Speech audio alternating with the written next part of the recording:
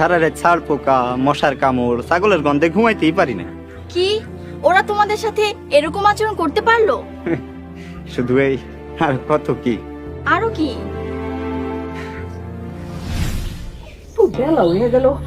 আপা, আপা উঠেন না, আপা উঠেন। আমাকে ঘুম ভাঙা গেল, হেরান তোর ঘুম ভাঙে না। কি হয়েছে নাজমার মা?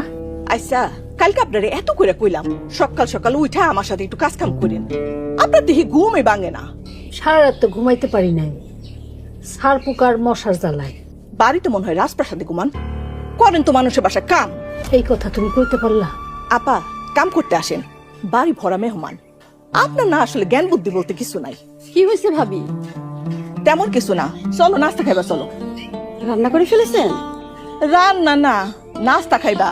আপা তো মাত্র ঘুম থেকে উঠলো, হাত মুখ ধুইবো, ফেরে শইবো, তারপরে রান্না চাপাইবো। এখন সকালে নাস্তা খাইবা চলো। এইসব কি আপা? তুমি যে এত দেরি করে ঘুম থেকে উঠাও, তুমি মানুষের বাসায় কাজ করো কিভাবে? আমি আর কি কথা কইতেছিলাম, মানুষের বাড়িতে কাম করে, একটু কাম করতে কইলাম আমগুলোকে জমিদারি ভাব নিতেছে। চলো নাস্তা খাইবা চলো। চলেন।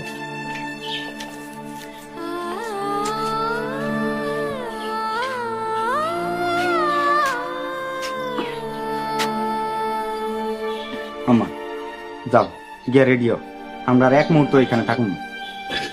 না রে বাপ,